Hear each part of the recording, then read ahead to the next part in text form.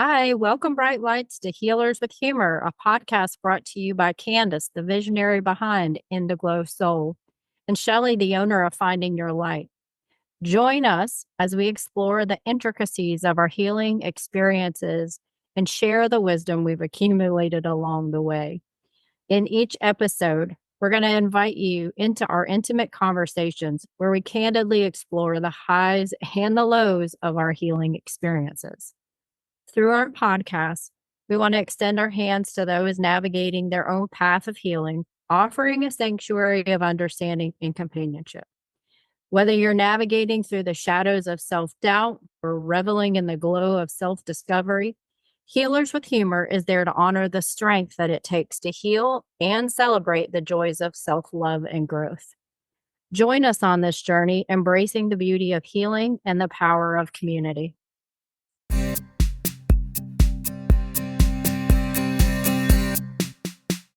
Welcome back, Brightlights, to Healers with Humor, Season 1, Episode 9, Finding Your Light, the 6 Healing Paths. I'm Candice Erickson-Perham. And I'm Shelly Fox. Hey, Shelly. How are you doing today? Good. We've been chit-chatting already, so I'm kind of excited. I know, me too. So let's just jump in. I am super excited for today's episode. You have just released the book, Finding Your Light, the 6 Healing Paths. And I can't wait to get the inside scoop from you on how this all came to be. So let's start with the inspiration that you had for writing this book and what exactly these 6 healing paths are. Yeah, so certainly you and I have in previous episodes talked about our healing journey and our spiritual awakening. And I think, everybody has a different story on how they really start any of those processes. Really, for me, it started because I realized how unhealthy the relationship that I was in was, which really started via therapy. And when I ended my marriage, I had a lot of free time. and some of the things that I would do would be I'd pull weeds in the apartment complex. Yep. It was something that when I used to need to think about something, I would go outside in the yard and pull weeds or work in the garden or plant flowers. And around the same time is when someone had said to me, you meditate, but you meditate outside. When you really need to think, you go into nature. Mm. And I had never really kind of put 2 and 2 together. I just thought I have a yard, I do yard work. Yeah. But the apartment really, I'll say, brought that out, right? I had a need to be outside, to clear my mind, to pick weeds.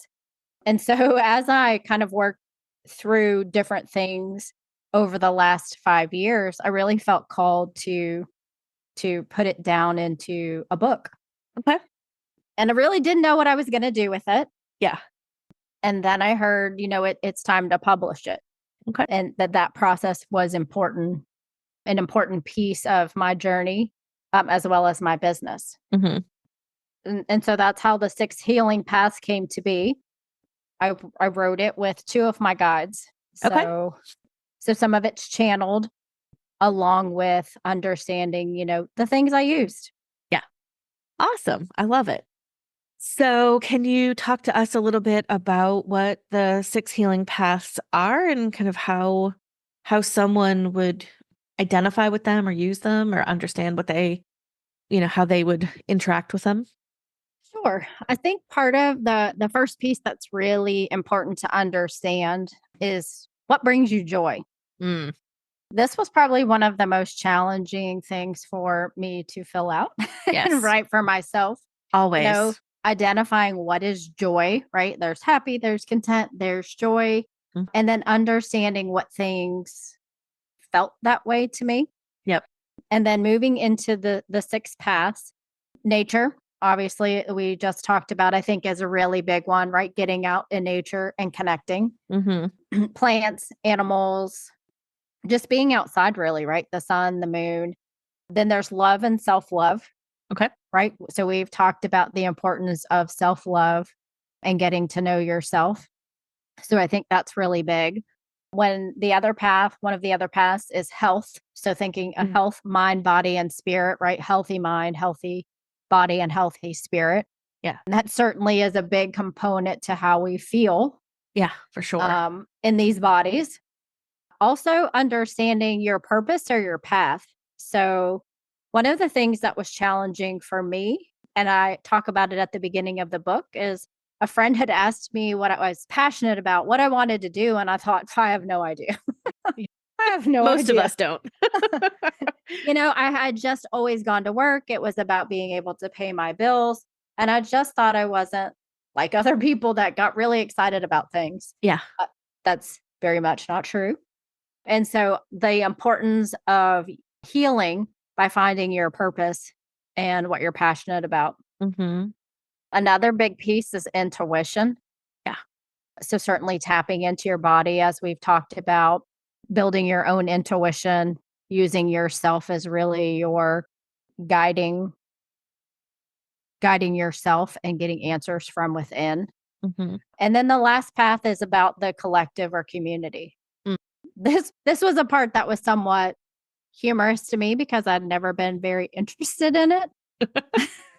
Same. Right? You have all these things and I just never felt that call to community or wasn't really interested in it. And that's one of the pieces that's probably most changed for me. Yeah. How I view people with compassion, but trying to understand people with curiosity and not judgment, but then also Mm-hmm. being in community with people who can support you. Yeah. So those are really the 6 paths that are described in the book. Okay. And so do we want to talk about examples first, or do you want to talk about how people, I guess we could do it together, how people would use the paths and how they pick one? Sure. Well, let's talk about some of the examples, and that might help Okay. listeners decide, Yes. for themselves how to use them. So when I think about nature, I think of, for myself, it's walking. It could be walking in my neighborhood. It could be hiking or in a park. It could be as simple as buying a plant from, Lowe's or Home Depot Mm-hmm. for people who are in an apartment and don't have a yard or can't get outside. For me personally, I like to be in the sun or sit Mm-hmm. outside at the end of the day. Yep. There's something that's almost decompressing for me just to go outside for a few minutes and breathe in air and kind of sit in the sun. Yeah. We spend so much time inside in our, in our daily lives, and it's not how our ancestors lived, right? That's not what we did as kids. Yeah, exactly. Right? At kids, we played outside all the time. All day. Yep. And so that's definitely changed. But then there's also, you can visit a local garden or you could have a garden. You can meditate outside. Yes. You can work with the elements. So fire, water, earth, and air. If you want to get a little bit more creative, there's things like, herbs and spices to make teas, where you really connect, with the elements and the earth, or even essential oils, right? Can really help you kind of get into nature, even if you can't get into nature. Yeah. Yeah. Yeah. So do for you have some me, ways? Yeah, I was just gonna say, my husband and I grew up in a beach town or beach city. And when we moved to Charlotte, we were landlocked. There was a local lake, but that didn't really do it for me. And so being here in Florida, even if I don't get to the ocean every day or every week, just being in the proximity of the flow of the ocean for both my husband and I has been really changing for us. It's been really grounding for the both of us. Just the salt air. And you're funny when you talk about pulling weeds.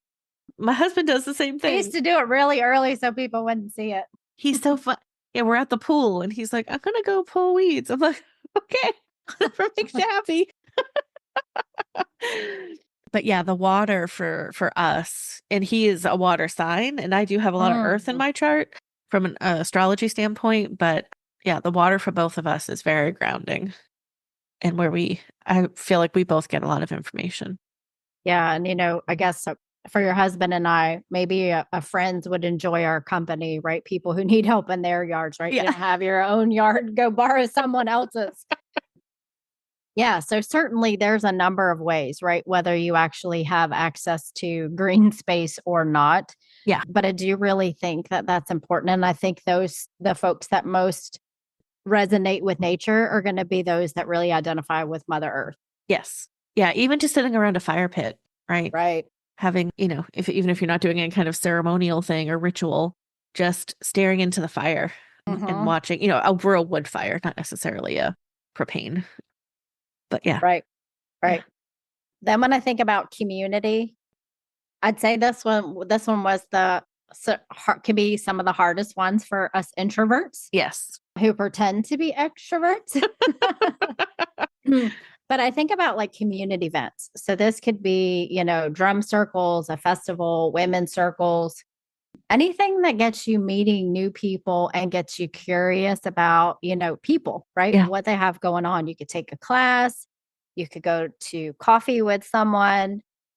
And one of the biggest ones here for me was listening to understand, not to reply. Tell me more about that.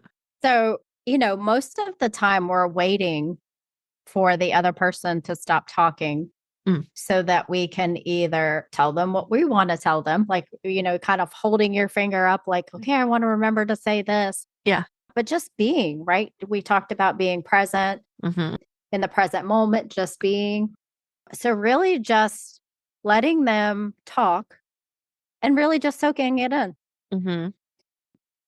And it's okay if you forget what you wanted to say. Yeah. But being more curious, right? To get to know them, to understand, and less to, frankly, to be right. Yeah. Or have Right? a point you need to make. Yeah. Yeah. I also am a big proponent, and I'm getting much better at things like play days. So I have done what I call the summer of the fairies, where on a Saturday or Sunday, I say, okay, what are we going to do for fun today?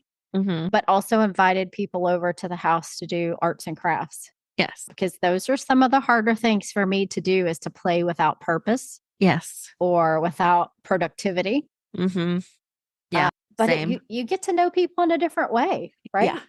Yeah. Because they're using their brain in a different way rather than just, to your point, like when you're sitting down to have coffee, your brain is functioning on a different level than if you're engrossed in, painting or, using your hands.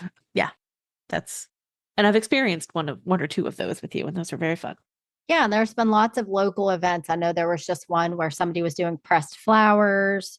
I have seen kind of sip wine and paint classes. Yeah. All of these are, getting to know each other and getting a little bit more comfortable. Yeah. Now, sometimes when we are in the beginning of our process, we don't always have a buddy to do those things with, right? And as an introvert, that can be a little scary to show up at one of those places by yourself. Do you have any thoughts on that? I totally agree with you, because I definitely think that that's how I was most comfortable in the beginning. Now I actually like going by myself, right? It forces me to get to know somebody that I maybe wouldn't have talked to. I think, I know it's tough, but I think if you go to 3 or 4 things, the chances of you seeing the same faces is pretty promising. I also would, note that everybody that I've met in community, whether it's a yoga class or a festival or, a class learning on a topic, people are so nice. Yeah. Right. Yeah. They're excited to meet people. Yeah. I've encountered that. You might not have to be the one that makes the first move. Yeah. But certainly, right? Everybody's working on loving themselves and appreciating differences. So it does tend at least to be a more safe place, in my opinion. Yes. Right. To be a little awkward or uncomfortable, or I'll say clunky in conversation. Yeah. As that's hard for most of us. Yeah. And so I don't disagree. And I probably did start off with a buddy. And to your point, it's gotten easier to go to something by myself, especially now living in a new area, not knowing anybody. But even when I, back in Charlotte last fall, I remember there being some opportunities for networking events that definitely pushed me out of my comfort zone. But I'm so glad that I did them, because I've really met some impactful people in my life. And so, yeah, I would definitely recommend, even if you don't have a buddy, just do one, right? And kind of test it out, see how you feel. I love what you just said, because I think that in general, healing pushes you out of your comfort zone. Yeah. And so to your point, all the paths aren't going to feel super comfortable for everyone. Yeah. However, I do think it's important to experiment or dabble with each of them, even if they're not your primary path or the one that you love the most. Right. Because if you don't try them all, you won't 100% know which path you have. Yeah. And I've certainly met some amazing people, right? Yes. If I think about now, maybe this is the trick for how to do that when you're by yourself. If I think about how I met you, Yeah. and we become amazing friends. Yes. I booked a short Yes. session at an expo, right? Yep. Mm-hmm. I got to, in a very safe environment, check out your energy and you check out mine, right? Yep. And get to know you. Yes. And then I saw you at other expos working, right? And we would have conversations. So it wasn't and like, other community events. yeah. And so that's a very safe, Yeah. comfortable exchange. Yes. To get to know each other. Yeah.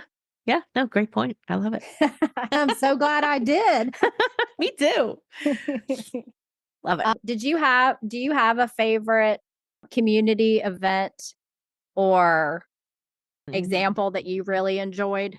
So I would say in the Charlotte area, the place that had the biggest impact on me was Alara in Mooresville. They were doing, so it was still during the pandemic-y time frame.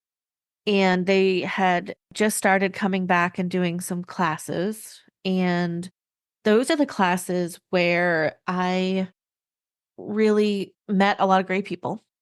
And sometimes people come in for a minute and sometimes they come in for, a year or multiple years. And that's okay. You're getting what you need at that moment. But that particular place and those classes were very, very impactful for me on my path. So yeah, that particular community was really helpful. And just a little fun note, great place to get crystals too. That's right. So the next path, intuition, which I think you're going to really identify with, right? We've talked about listening to your body. I think that's a big part of what one of the best and biggest things that you can do on this path. Certainly things like meditate. And someone really clarified something for me. I tend to call what I do meditating. Okay. When I connect, and I realized, I was like, that's not really, I think of meditating to disconnect and then really purposefully connecting with my team and guides. Yes. And so I really needed to talk about them separately, but I think both are really important for your intuition. Agree. I think about journaling's been huge for me. You want to be able to trust your intuition, write it down, right? And you can go back and prove it to yourself that you received this message 1 month, 6 months, 2 years ago. Yes. It was really helpful for me. Yeah. And I think just one point, we've probably talked about it before, but just real quick, we're all born with intuition. Yes. Okay. So this isn't something that is foreign to your body, mind, or soul. It's something that you have to practice and to get good at. Just like, if you play a sport or if you're an artist, right? You have to practice at things before you're good at them. And it's not going to be perfect the first time, but you are innately intuitive.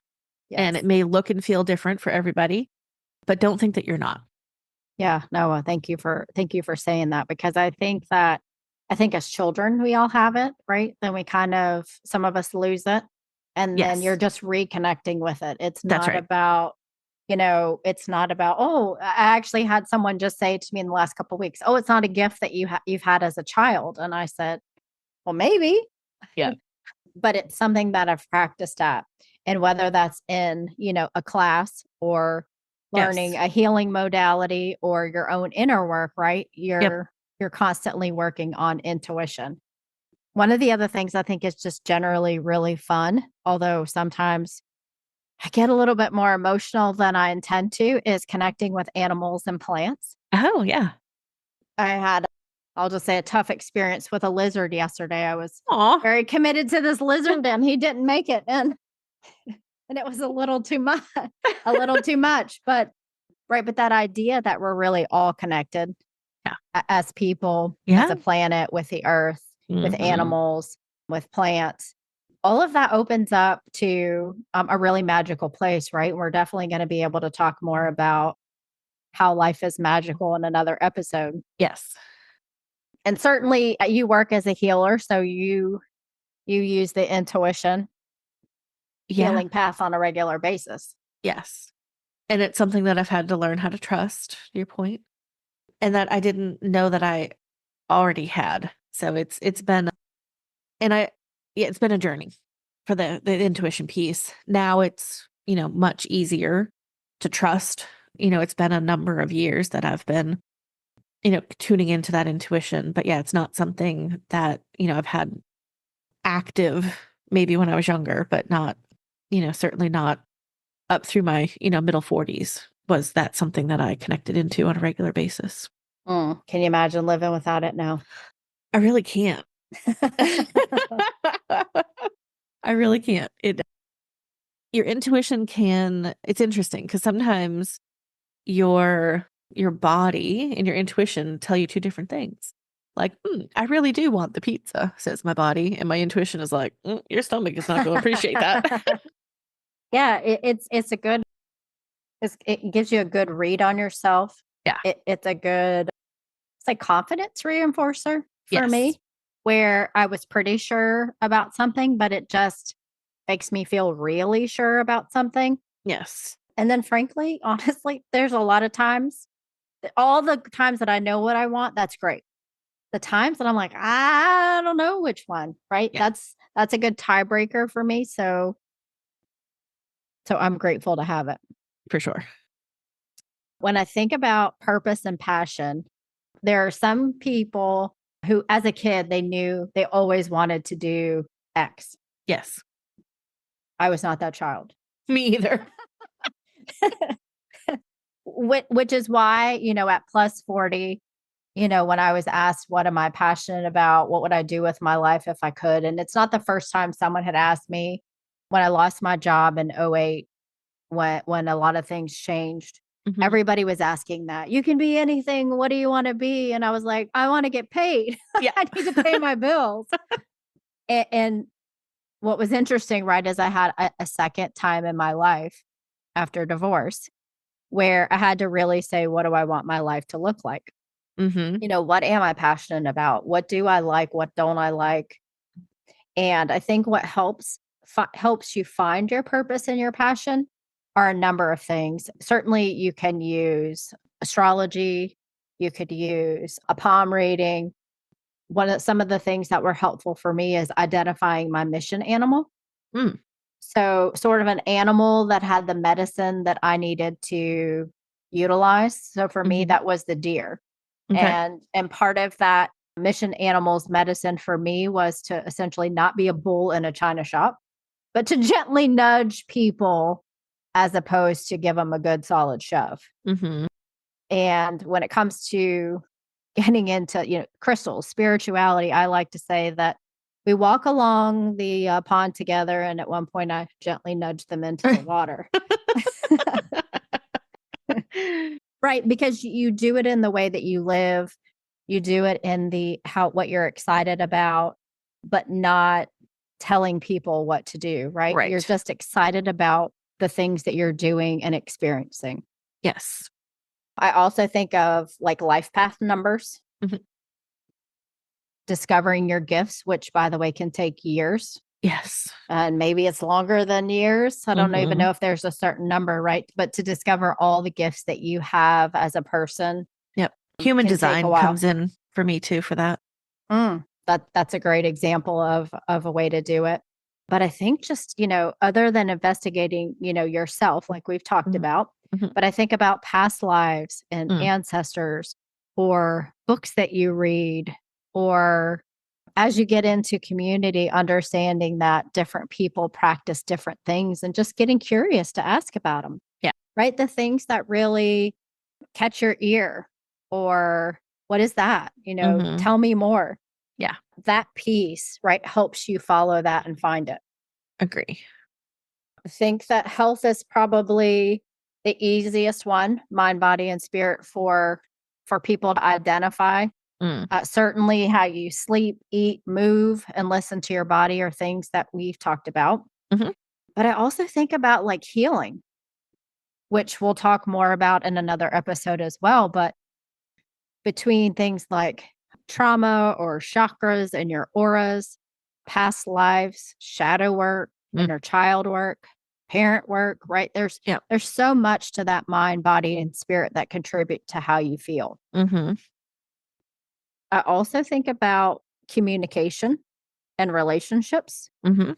The biggest one being what we've talked about in the past, right? The relationship with yourself. Yeah. Am I a refuge for myself? Am I a safe place for myself? Mhm. So those are really some of the big ones. Obviously we've talked about meditation. Certainly, you can take a walk and be working on health and nature at the same time. That's right. That's right. You don't have Multitask.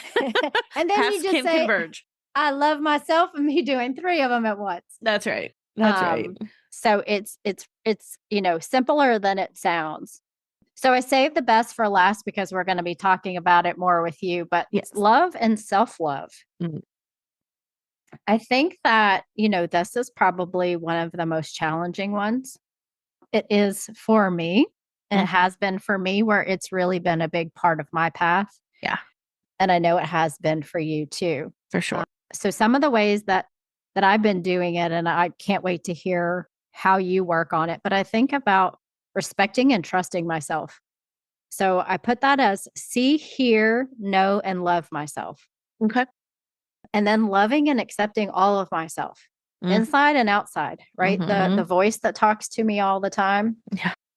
the one that's so hard, Mike, right? The inner critic Mhm. or the inner parent. Mhm.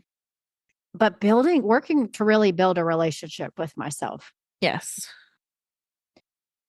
One of the biggest things I think that I learned 2 years ago was I always asked, why can't anybody hear me? Like, why can't people hear what I need when I communicate it? And I Mhm. really realized, and it was quite eye-opening, that I actually did not give those things to myself. Mm.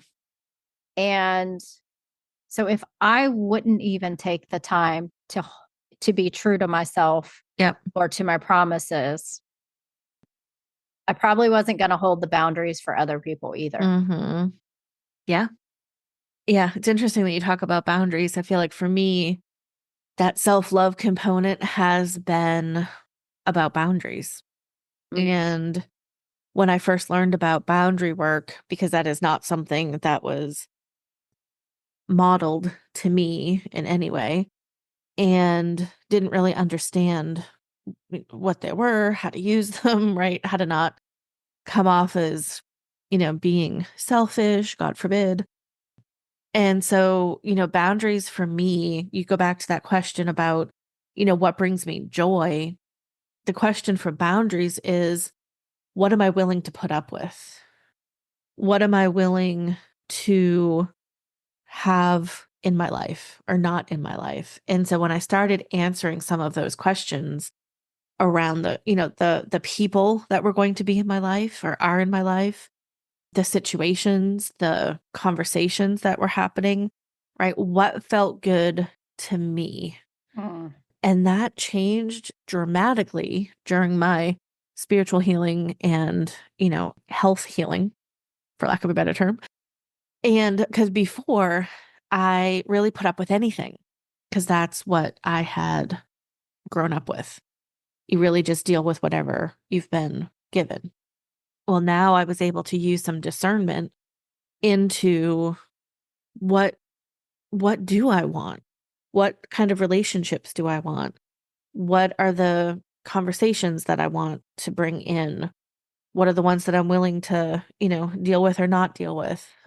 The boundaries was probably the biggest piece in that self-love journey for me. And then But I love how you wrapped intuition and health of mind, body, and spirit into that. that's right.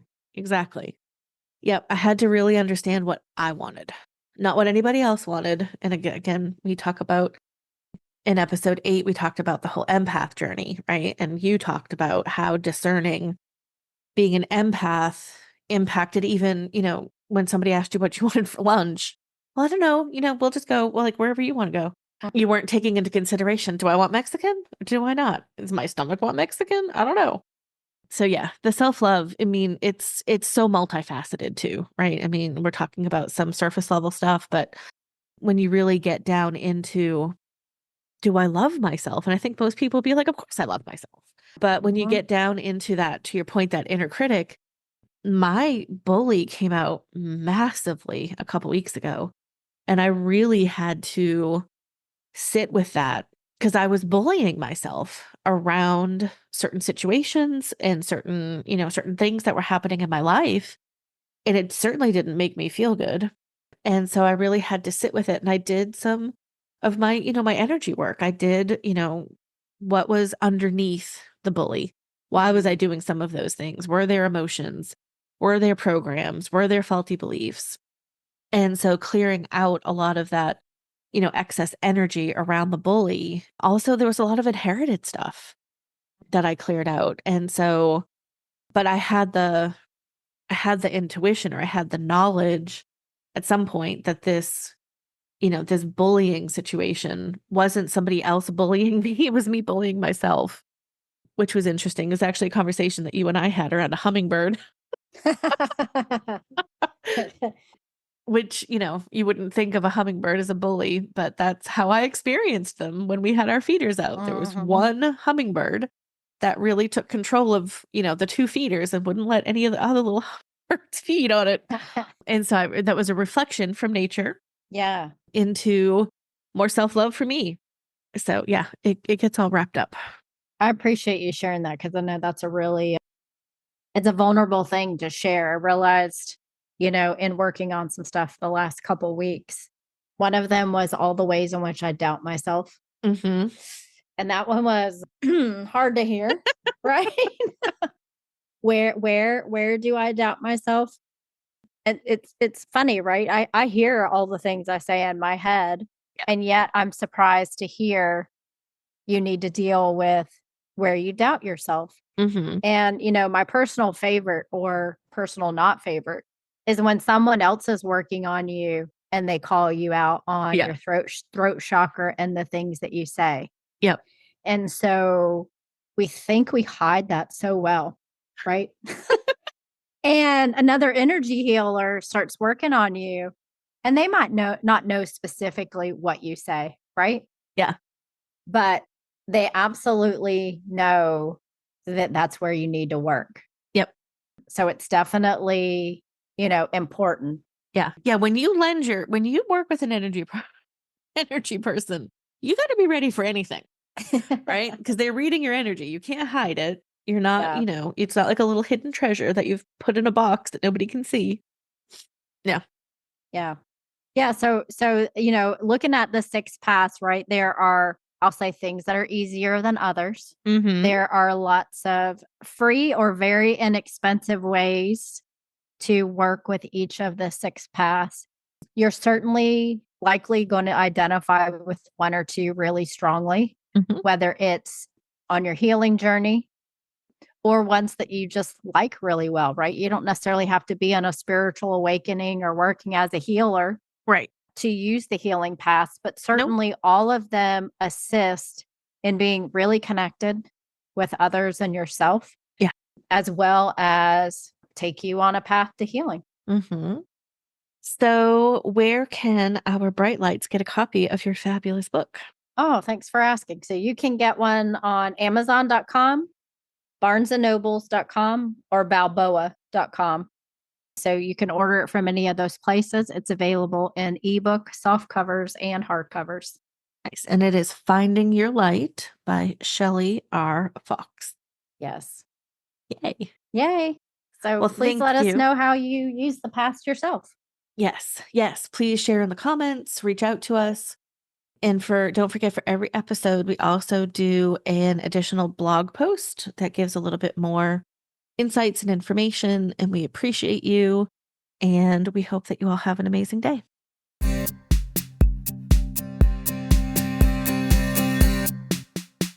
As we conclude this episode of Healers with Humor, we want to express our deepest gratitude to you, fellow Brightlights.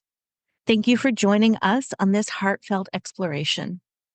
Our journey began with a chance encounter at an expo, two souls seeking healing and connection. Through shared experiences, laughter, and tears, we forged a bond rooted in trust, love, and the relentless pursuit of growth. We invite you to continue this journey with us by sharing your own healing stories and connecting with us. Your presence in our community enriches our collective healing experience, and we're honored to walk alongside you. Stay tuned for our next episode, where we'll explore topics that resonate with the soul, offering insights, guidance, and inspiration along the way. Until then, remember, you are not alone on your healing journey. Thank you for tuning in, and may your path be illuminated with love, courage, and endless possibilities.